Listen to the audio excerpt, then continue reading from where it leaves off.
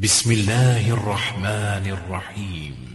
هو الذی ارسل رسوله بالهدى ودین الحق لیظهره علی الدین كله وكفى بالله شهیدا.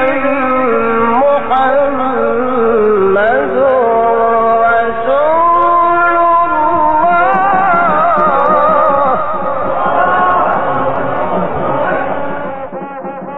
41مین دوره مسابقات بین المللی قرآن کریم جمهوری اسلامی ایران.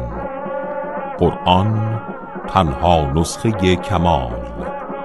7 تا 12 بهمن ماه 1403.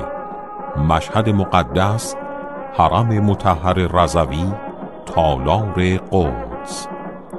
سازمان اوقاف و امور خیریه، آستان قدس رضوی.